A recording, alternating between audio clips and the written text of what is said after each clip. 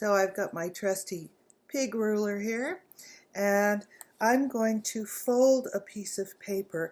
We want to have them about 4 inches across, so I'm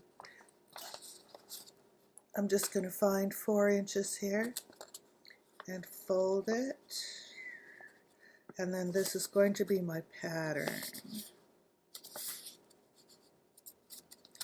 Try to get it nice and square.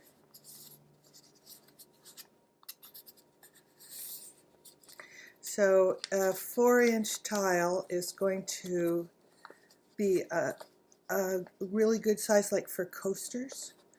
Maybe you could make it 5 inches, but no more than 5 inches. So 5 inches would be all right. 4 or 5 inches, and they don't have to be square. I'm going to make this one square, but it could be round, could be star shaped. Do what you like with that. Okay, so there's 4 inches. That is pretty small. Five would be okay. I'm looking at that now thinking, that's a really little tile. But it's perfect for coasters. Okay, so that's the size right there. And let me just tear it.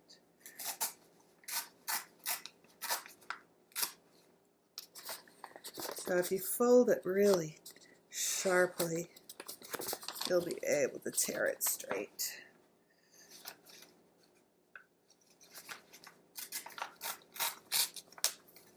And now I have my pattern.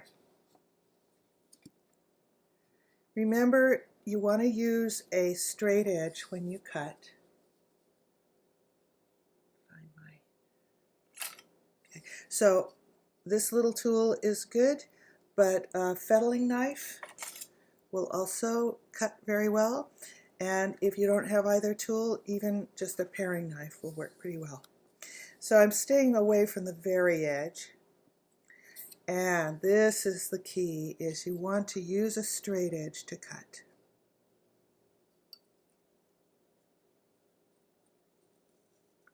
And I know that I'm going to do another one, so I might as well cut all the way across.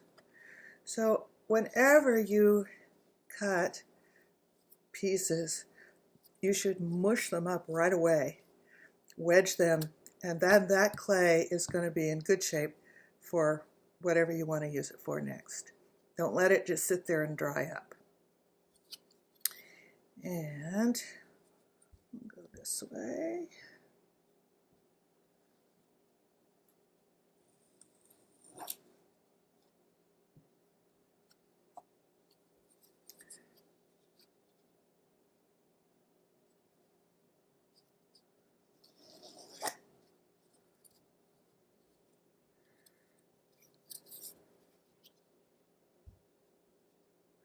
So as long as you, you cut a good pattern and you're very careful with your straight edge, you'll be able to really make a good square without having to measure anything.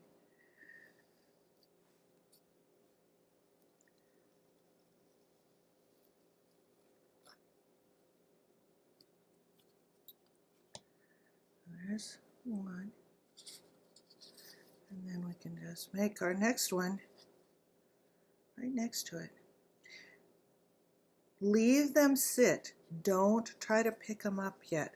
So even though in the process of making the slab, I flipped it over a whole bunch of times, once you cut, leave it alone until it's leather hard.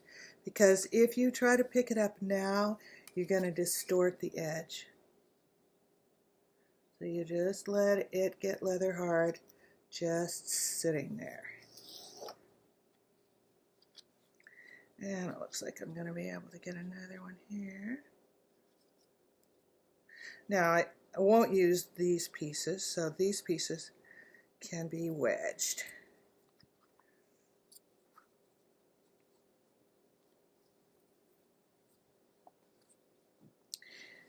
You don't have to make all 4 alike. That's another thought, is how about 4 different shapes? That could be quite nice. Whatever you're going to burnish, probably keep the edge nice and simple because it's going to be easy to chip it. For example, if you did a star shape, it'd be very easy to chip that edge when you're burnishing. But for glazing, you could have a more unusual edge. So I'm just going to leave them exactly like that. I'm going to cut one more. And then these will sit today. Well, it's tonight. I'm making these at night. But tomorrow morning, they'll be leather hard. So I'm going to let them sit out overnight.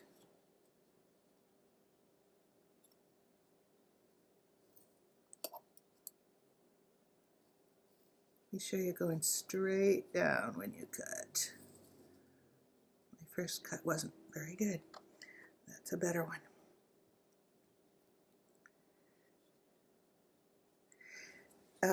As these, after they get leather hard, you are going to take your board and you're going to slide them onto that board. And we're going to dry them on the boards, but we cannot let them dry quickly. Once they're leather hard, we're going to stack them. And then you're going to put a weight on top.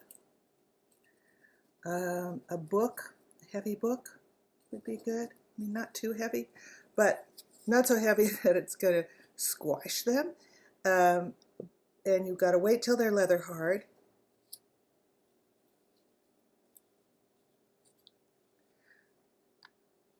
But once they're leather hard, they're going to be starting to dry. And we don't want them to dry quickly, or guaranteed they will warp. The only way to keep them flat is to dry them slowly. So I'm not going to touch them now. They're going to just stay exactly like this until tomorrow morning. So that's going to be, I don't know, 8 or 10 hours, I guess, at this point. If you make them in the morning, you can keep an eye on them all day, depending on how warm the weather is. You know, if it's a really hot day, they could be leather hard in 3 hours. It just depends on the weather. So you must keep an eye on them. If you have to leave and can't keep an eye on them, you could always cover them with plastic, but don't pick them up. You're only going to pick them up after they are leather hard, and you're going to pick them up very carefully, which I will show you how to do. But I can't do it right now because I can't touch them yet. So keep them on a nice flat surface. Be sure that wherever you roll them out is a place where you can leave them. You keep them on that flat surface until they are leather hard.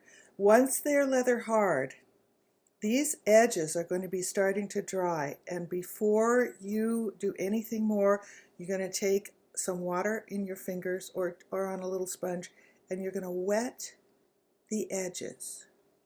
So every edge is going to have moisture added to it. So I'm not touching them yet, but when they're leather hard, I'll separate them, let them get some space in between, and then I will dampen every one of these edges. So we're going to slow down the drying process on the edges, because what makes them warp is these edges get dry and they start to contract, because clay shrinks as it dries. So as they start to contract, they got to go somewhere, and they're going to lift up. We don't want to let them do that. One of the ways that we stop them from doing it is by wetting them back down, so that they're not drying any faster than the middle part. But the other way we do it is by, when they're leather hard and can be handled this way, we're going to stack them up and we're going to put a weight on top of them. And then we want to just give them time before we do anything else. So that's how you're going to get your tiles started. And once my tiles are leather hard tomorrow, I'll continue with this video and show you what to do next. But right now, all you have to do is get them rolled out, get them cut out, and let them sit. And I will be back when my tiles are leather hard tomorrow.